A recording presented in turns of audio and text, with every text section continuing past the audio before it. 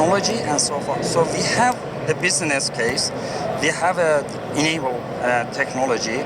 So as a technology, we are okay. We have a good technology, and what is required, of course, is need massive small cell deployment, and also large scale of deployment with a good quality of service and backhaul. Of course, everybody sitting here, they know we have always challenge on the backhaul. And then we have a new architecture, which previous presenter presented the new architecture. So technology, I believe, is there. What are the challenges we see? Operation challenge always be there, from 2G, 3G, 4G. Technology, I believe we are there. Of course, we need a lot of coordination, and of course, we have to be very realistic with challenge we face in the future with the technology and a strategy. But two elements, which is a business case and deployment challenge, is not addressed everywhere. So the deployment challenge, I can give you one simple example. We are in 2017, and from 2010, we always encourage everybody, operator, to have a massive small cell deployment. And we are in 2017, and still we have a small trial, a small cell deployment. And the question is why we have this problem. One of the problem is economics, and the other is logistic. Economics, who is going to pay for bring the fiber and power to the site and paying for radio? And logistic is, where is the site? How we can operator acquire the site? So this is the challenges we are facing. Now I take you to some of the case study we had. AWTG, every year we do the benchmarking between all the operators in dense urban area, rural area, and roads. This use case was conducted, I believe, in March, and it shows we drove from London to Glasgow. It's 340 miles, and during this benchmark, which is 4 operators, we did, none of the operator actually meet the target for 3G or 4G. And I'm not willing to say one operator was better than operator. If none of the operator meet the target, so none of them are good. So we have to be very realistic and open with the consumer and operators. So look at the network availability. Is 98% for 96% for 3G and 90 for 4G. And now we are 2017, and 2020 we want to deploy the 4G and be ready for 5G. And look at the signal strength. In 3G we have around minus 90, and for 4G 98. This is the signal level is just able you to make a call, simple call. And data throughput, average user speed is very low.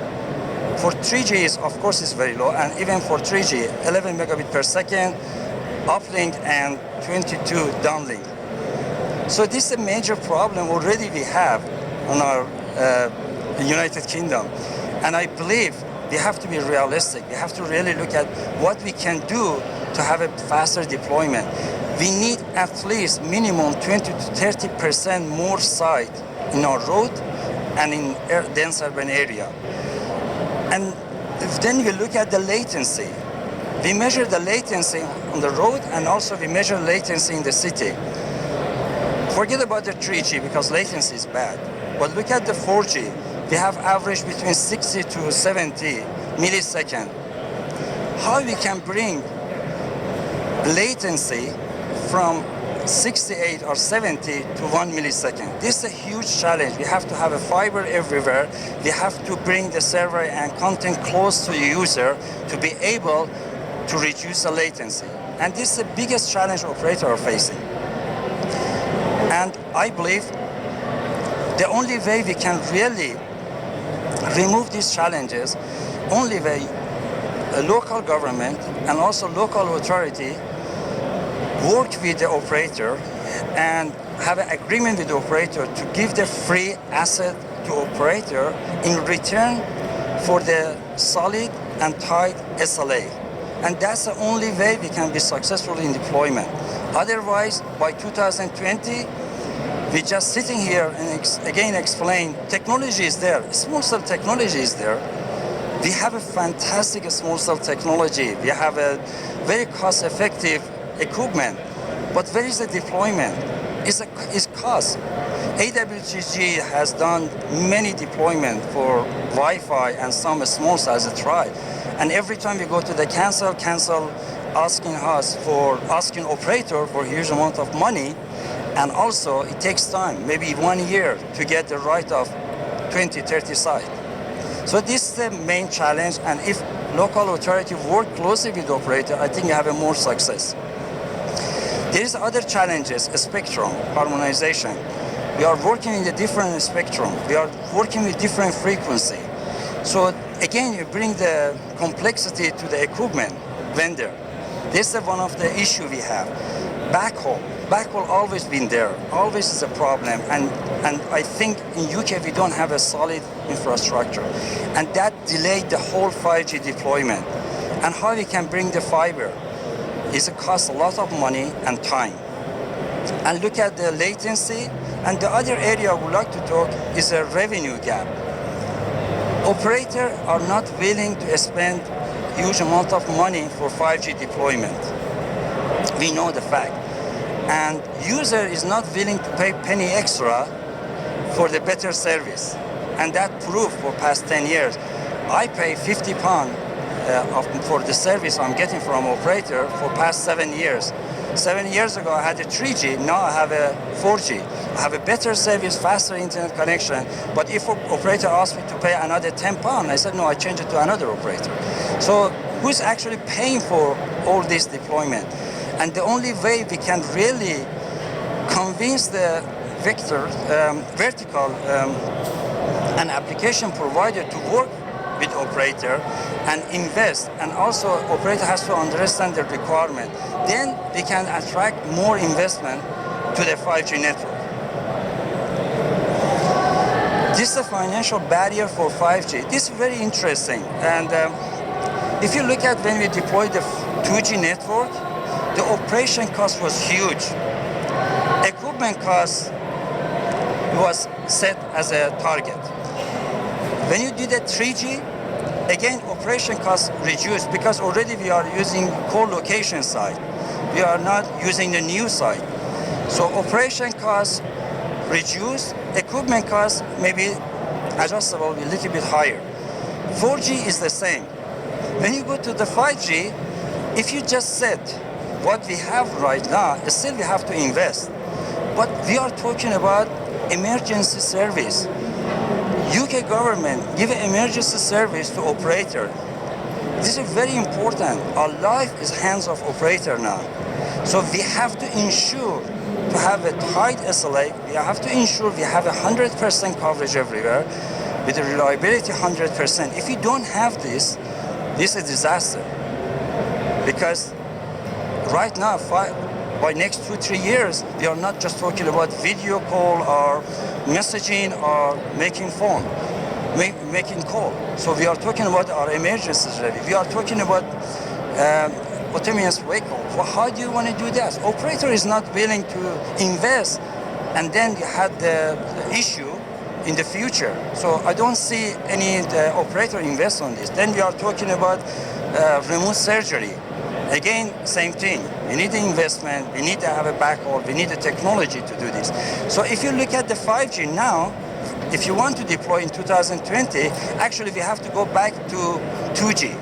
So it costs a lot for operation because we have to have at least 20% or 30% more site every corner of the United Kingdom. And we have to bring a backhaul to everything. We are talking about massive sensor in central London or in central city. How we can have all this? This is the challenges we are facing. So AWTG is working with a different partner. One of our partners is IoT, which Pulses, which is it's very interesting product because it's open source, totally open source, and work with a different technology, different vendors. So it's vendor diagnostic, and anybody can get this equipment, this platform, and use it. And then we are working with Line, which is again interesting. Is open source and programmable, and also can be used as a small cell in urban area, dense urban area. So what AWTG is trying to do to bring all these partners together and create a business case and use case for 5G.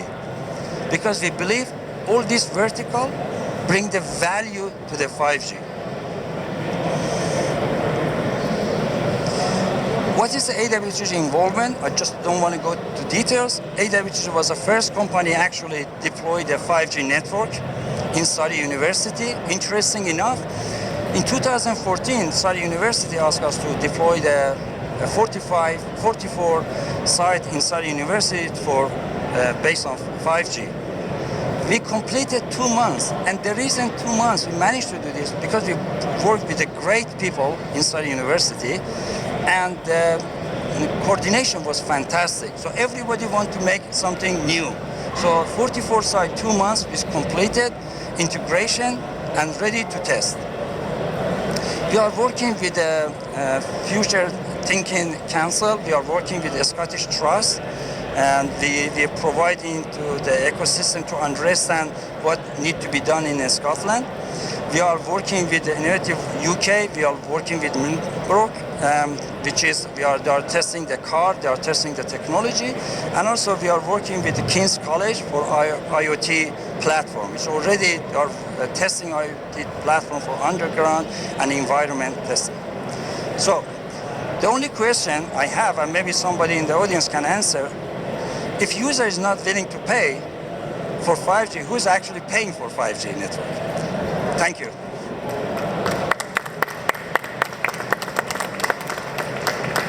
Okay, thank you very much, Avi.